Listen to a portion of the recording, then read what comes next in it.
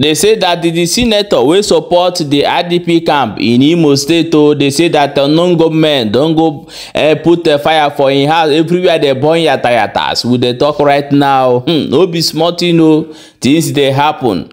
According to the information where they reach us right now, they say that the man where they claim say na him be the person where they front the IDP camp for inside Mbano for Imo State. They say that that person now in house now don't go. Hey, no be smart, my people. I'm going to bring you the video, but as it stands now, our brother where they call Nsonkwa say that the Imo State government to get a plan, made a carry and go dump her for Krikrio because saying come outside, can't use Igbo, explain wetin happen. I go play you the video of this our brother wetin talk before we go bring the video of the man house, can show you. Stay tuned and watch the full video, and don't forget to share the video as it hot. Adema Igbo Chineke kelemacho ezima puliche Igbo de Savage na kana ebe ahụ ugbu a na enweta onwe gị. Adempa na mkwuru okwu a n'ihi na enwe na gang up and planned arrest of Nsonkwa by the APC government in Imo State. Gịnị ka Nsonkwa mere? Na Nsonkwa tapiara kpọmkwem n'asụsụ Igbo ihe agụrụ na TVC News bụ ebe the reporter and even the television n'onwe ha goro that actually hiwe IDP training center na Nsu ehime mba no nke state Imo. As a journalist enwo, as a human rights activist enwo kwano, and as a political analyst enwo, ma burukwa ishigbo nwa afọ Igbo maka na ndị Igbo si na na-esi no na ama mma apụ ama ewem to piari and be anyị. May analyze the news agro. The news didn't emanate from Nsonkwa. Nsonkwa is not the source of the news. Nsonkwa is not the newscaster. Nsonkwa is not the reporter. Nsonkwa aburiabu TVC News. APC government in Imo State hapu TVC News hapu the reporter, hapu the newscaster. Nsonkwa ka na achu. Maka na Nsonkwa kọwaru the news very well. Na asụsụ ndị ba ya anọ maka na bekee ka eji sụọ ya na ndị ba ya da asụ bekee. Igbo ka anyị na-asụ. Ugbu a Nsonkwa wuzi because na Nsonkwa tapiara ya, create awareness of lekwenekwe ihe achọrọ ime na-ekwu ho ha that achọwe inwe IDP center, IDP training center. We are not against it. Mana ihe anyị na-ekwu bụ anyị nwere ndị gbara ọsọ ndụ n'Ọsụ, anyị nwere ndị gbara ọsọ ndụ n'Ọlụ, anyị nwere ndị gbara ọsọ ndụ n'Ọkigwe, nwe ndị gbara ọsọ ndụ n'Izombe, nwe ndị gbara ọsọ ndụ n'Awara, nwe ndị gbara ọsọ ndụ n'ebe dị iche iche mana Agwa. So ọ bụ na achọrọ inwe ụdịrị ha ahụ, that is my point. Ọ bụ na achọrọ inwe ụdịrị ha ahụ, on the Imo ka a ga-emerie. Mana from the news, I will post the news unu ahụ ya. Unu ga-ahụ the news, the full news package. Mana onye gụrụ news TVC na the reporter TVC, onwe hebo mentionuru Imo IDPs. Onwe hebo mentionuru Imo IDPs. Nwanne oke nke anyị ka anyị na-azọ. From my explanation, oke nke anyị ka anyị na-azọ. Ọ bụrụ na enwere ihe dịka IDP training center, ndị kwesịrị train ebe ahụ bụ ndị IDP enwere n'Imo, because anyị nwere ọkwa na anyị nwere displaced people. Ma ndị agbara ụlọ ha ọkụ n'Ọsụ, ma ndị agbara ụlọ ha ọkụ n'Ọkigwe, ma ndị agbara ụlọ ha ọkụ na Akabọ, ma ndị agbara ụlọ ha ọkụ n'ebe dị iche iche. Anyị nwere ndị displaced people a ga-enyekwe such a training. But onye mere the newscaster TVC didn't mention anywhere in Imo. Ihe ọjọọ si ekwu the IDP training center were kweli picture na video ndị ugwu tinye na news reportage ya. Nsonkwa kọwazi adụ ndị be anyị ọfụma. Ọ bụrụ na ọ Nsonkwa bụzi onye garume ka agba now na ọkụ. Ọ ihe ha na-ekwu, that is what they are circulating. Na Nsonkwa ha hapụzi ishi ka ha hapụzi ike nyụrụ ahịrị na-eke isi ọkpọ. Nsonkwa wuzi onye mere ka agba ụlọ sinetọ ọkụ. Nsonkwa wuzi onye mere ka agba now na ọkụ. This is what they are packaging to arrest Nsonkwa. Ebe niile ha planụrụ ya, anụchala m ya. Ihe niile ha kwuru, ma ndị kwuru ke ha kwuru, anụchago m ihe. Ma otu ha sha plan ya, but ihe m ji ekwu ya ka ndị Igbo dị aware. Ka ndị Igbo dị aware. Adị ama ma echi unu nwekwara ike n'ihe ọzọ. So ka unu dị aware ndị Imo, ka unu dị aware of what they are planning. Which means this is an intimidation taken too far. That we, anyị nwa na onwe anyị bụ ndị Igbo, enweghị agaghị ejizi asụsụ Igbo kọwara ndị be anyị ihe na-achọ imenu. I am njizi Igbo because keji English kwa many people aghọtara. Ọ bụ ọrụ m dịka nwafọ Igbo na-asụ Igbo na-eji Igbo eme broadcast na m ga-akọwara ndị be anyị kpọmkwem ka ha ghọta ya ọfụma. Ihe wu Igbo broadcaster. Igbo broadcaster ihe nọ nso nkwa ahụ. Adị m asụ English na broadcasting m. Ọ Igbo ka m na-asụ.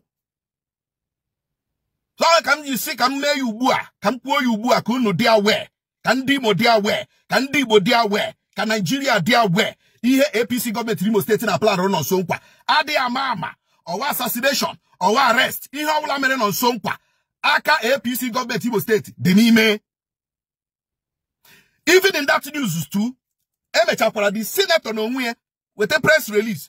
Mụnwa akwụkwọ bụ nọ nso nkwa mekwara another video telling our people that the senator has given a press release, that the senator has explained that the mistake is she from the reporter of TVC in Aka. Let me explain here. Okay, no, this is my page. I even posted the press release from the senator. I posted it on my page now. So, I'm home even the APC Gabokwa I said on Sonkwa. So, which means on Sonkwa, Jepa Machis, on Sonkwa, Jere warfare. Then we prove it when the time comes. Hagagwani Hebu inciting. Hagagwani Hebu inciting in the explanation I gave. If I am analyzing the situation, it is inciting to APC. So can Ndimo, they are aware. Ndimo, they are alert. Ndimo, they are alert. You hand actually men on Sonkwa. I can be posted the video, the full video of the TVC news report. Konya wala jiranye. Mukponkwem Mumrebe onye report rihaho said and abundi IDP. Obudu na has no IDPs from Imo State. We will encourage it. We will say thank you for doing this. But kunu nene chagodi the TVC report. Kunu maraponkwem mumrebe onye akpotoro aha. IDP training center na obu maka ndimo. Udo diri unu umunne m ndimo. Ndewonu. Igbo dị Samu una sala chi gereno na akwụkwọ akụkọ nke taata bụ Wednesday Ahiorie abalị 2 nke ọnwa 10 afọ 2024. Biafra ndị gọvanọ ala Igbo bụ ha ji ntọhapụ Nnamdi Kanu ka ezinụlọ Kanu kwuru bụ akụkọ anyị hụrụ na akwụkwọ akụkọ Daily Post. N'otu akwụkwọ akụkọ Daily Post ka anyị hụrụ akụkọ sere ogbunigwe ballistic missile Iran gbara mba Israel.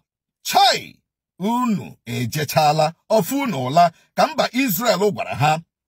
Ogbunigwe Iran gbara Israel. Trump atala Biden Harris ụta maka nke a bụ akụkọ ọzọ gbara n'akwụkwọ akụkọ Daily Post na akwụkwọ akụkọ Vanguard ka anyị hụrụ akụkọ sere ntụliaka elu kansụl Rivers ga-aga n'ihu ka esiri kwuo ya ka Fubara kwuru. Okwu Tinubu gwara ụmụafọ Nigeria na mmemme nnwere onwe independence na-egosi na Tinubu APC enweghị ihe ji ndị Nigeria kpọrọ ka PDP kwuru bụ akụkọ anyị hụrụ n'akwụkwọ akụkọ Vanguard. N'otu akwụkwọ akụkọ Vanguard ka anyị hụrụ akụkọ sere ụlọikpe nọ na Lagos akụpụla akwụkwọ Jude Nnam na-ede egwu ka Katọlik a na-agụ na kwa ya gbara megide ka esi bụ onye o boro ebubo itinye egwu ya Somtochukwu na-abụ egwu ya na-anataghị ya ikikere dịka ụlọikpe kwuru na Somtochukwu bụ abụ nọ n'akwụkwọ nsọ Psalms nke Jude Nnam na-edeghị ma gwa Jude Nnam kwụọ ka esi $1 1 million bụ akụkọ ọzọ gbara n'akwụkwọ akụkọ Vanguard.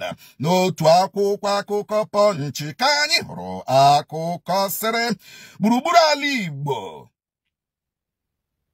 ebiliela imegide ndị akpakara Condemn Iron na-ekwu na ha bụ ndị omekome dịka Anambra machiri ndị a na steeti ahụ. Nigeria n'afọ 64 ya ọhaneze ndị Igbo akpọọla oku ka atọhapụ Nnamdi Kanu. Biden enyela ndị agha Amerịka iwu ọkụ gbatuo ogbunigwe ọbụla mba Iran na-agba mba Israel bụ akụkọ ọzọ gbara n'akwụkwọ akụkọ Punch na akwụkwọ akụkọ Nigerian Tribune ka anyị hụrụ akụkọ sere anyị ga-aga mfanye aka n'ụkwụ ma ọ bụrụ na abalị 14 anyị nyere ọchịchị etiti kụrụ ọnụ ka otu ASUU kwuru. Ile ezumike nka adịghị na ndọrọndọrọ ọchịchị ana m alọghachi na 2027 ka El-Rufai kwuru bụ akụkọ ọzọ gbara n'akwụkwọ akụkọ Nigerian Tribune. N'otu akwụkwọ akụkọ Nigerian Tribune ka anyị hụrụ akụkọ sere ogo ụbịam ụmụafọ Naijiria dara na-eme ihere ka Pat Utomi kwuru. Ngagharị iwe October 1st mere ya na Lagos, Ondo, Osun dịka a kwụsịrị ya na Abuja.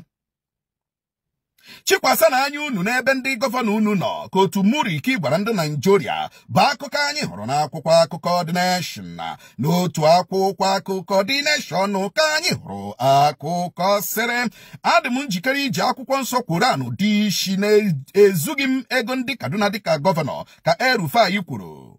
Tinubu ekwuole na a ga-enwe ọgbakọ ndị ntorobịa ga-ewe abalị 30 bụ akụkọ ọzọ gbara n'akwụkwọ akụkọ The Nation n'akwụkwọ akụkọ This Day ka anyị hụrụ akụkọ sịrị anyị na-agbasi mbọ ike iwetulata ọnụ ahịa na-ere ihe oriri na Naijiria ka Tinubu kwuru. Otu jikọtara ndị ọkaiwu NBA ekwuole na ọ ga-ekpepụta ndị eji n'ihi ngagharị iwe ma dọọ ndị ọrụ nchekwa aka na ntị kwụsị imetọ ugwu ruru onye. PDP nwụrụ anwụ, APC enweghị ihe ọchịtara ka Kwankwaso kwuru bụ akụkọ ọzọ gbara n'akwụkwọ akụkọ This Day. Igbo nwe m n'ebe a ka anyị na-achịkọta ya kpamkpam bụ n'akwụkwọ akụkọ nkịta n'oge na-adịghị anya. Anyị ga-agakwa n'ihu kpọmkwem n'itinye ọnụ n'okwu ndị ahụ ga-abara anyị uru dịka ụmụafọ Igbo dịka ụmụafọ Imo. Ka chi na-efe gaa n'ihu gọjibọọla m nnọọ ka ụbọchị taa gajibọọla anyị siriri werere.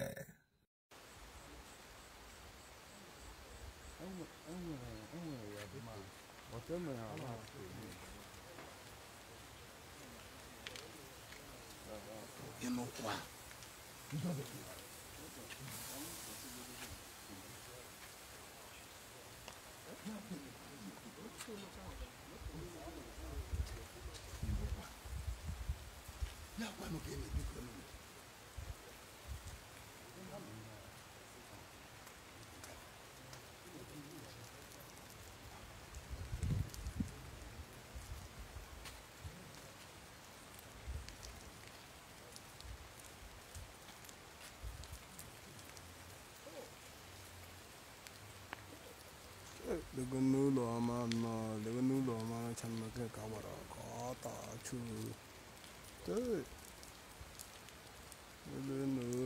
My wonderful people, as it take dey happen and how we take bring am come show una, beg make you share the video and drop your own opinion for inside comment section as e dey hot.